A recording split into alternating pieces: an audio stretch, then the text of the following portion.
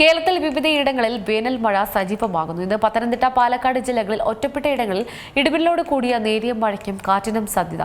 കേരളത്തിലെ ഒറ്റപ്പെട്ട ഇടങ്ങളിൽ ഇടിമിന്നലോട് കൂടിയ മഴയ്ക്ക് സാധ്യതയുണ്ടെന്നാണ് കേന്ദ്ര കാലാവസ്ഥാ വകുപ്പിന്റെ അറിയിപ്പ്.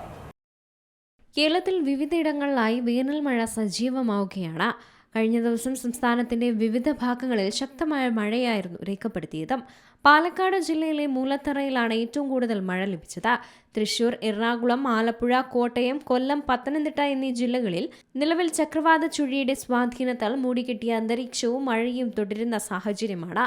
കേന്ദ്ര കാലാവസ്ഥാ വകുപ്പ് ഫെബ്രുവരി 27 പുറപ്പെടുവിച്ച പുതിയ ഭൂപടമനുസരിച്ച് വരും ദിവസങ്ങളിലും സംസ്ഥാനത്ത് മഴ തുടരാനുള്ള സാധ്യതയാണ് മുന്നിലുള്ളത്.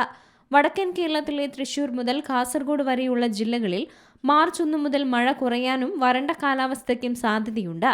എന്നാൽ മാർച്ച് 3 തിരുവനന്തപുരം, കൊല്ലം, ഇടുക്കി ജില്ലകളിൽ മഴ വീണ്ടും നേരിയ തോതിൽ ഉണ്ടായേക്കും.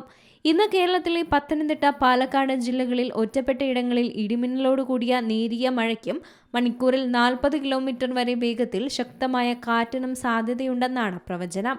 കൂടാതെ ഇടുക്കി, എറണാകുളം, തൃശൂർ, വയനാട് ജില്ലകളിൽ ഒറ്റപ്പെട്ട ഇടങ്ങളിൽ നേരിയ മഴയ്ക്കും സാധ്യതയുണ്ട്. നിലവിൽ കേരളത്തിൽ ഒറ്റപ്പെട്ട ഇടങ്ങളിൽ ഇന്ന് വരെ ഇടിമിന്നലോടുകൂടിയ മഴയ്ക്കുള്ള സാധ്യതയുണ്ടെന്നാണ് കേന്ദ്ര കാലാവസ്ഥാ വകുപ്പ് അറിയിച്ചത്. ഇടിമിന്നൽ ജാഗ്രതാ നിർദ്ദേശമുള്ളതിനാൽ തന്നെ പൊതുജനങ്ങൾ ജാഗ്രത പാലിക്കണം. കേരളത്തിൽ വേനൽ കടുക്കുമ്പോഴും പലയിടങ്ങളിലും അപ്രതീക്ഷിതമായി എത്തുന്ന വേനൽ മഴ വലിയ ആശ്വാസമാണ് ഏകുന്നത്. മലബാർ മേഖലയിൽ പ്രത്യേകിച്ചും പാലക്കാട്, കണ്ണൂർ, കാസർഗോഡ് ജില്ലകളിൽ താപനില ഉയർന്നു തന്നെ നിൽക്കുമെന്നാണ് കാലാവസ്ഥാ വകുപ്പിന്റെ പ്രവചനം.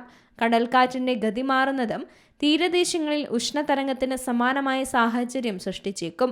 അതിനാൽ മത്സ്യത്തൊഴിലാളികളും തീരദേശവാസികളും പ്രത്യേക ജാഗ്രത പാലിക്കണം. ഉച്ചസമയത്തെ കടുത്ത വെയിൽ ഒഴിവാക്കുന്നതും നന്നായിരിക്കും. News desk C Malayalam news. ഏറ്റവും പുതിയ വാർത്തകളും വിശേഷങ്ങളും വിരൽത്തുമ്പിലറിയാൻ സി മലയാളം ന്യൂസ് എല്ലാ ഡിജിറ്റൽ പ്ലാറ്റ്ഫോമുകളിലും ലഭ്യം.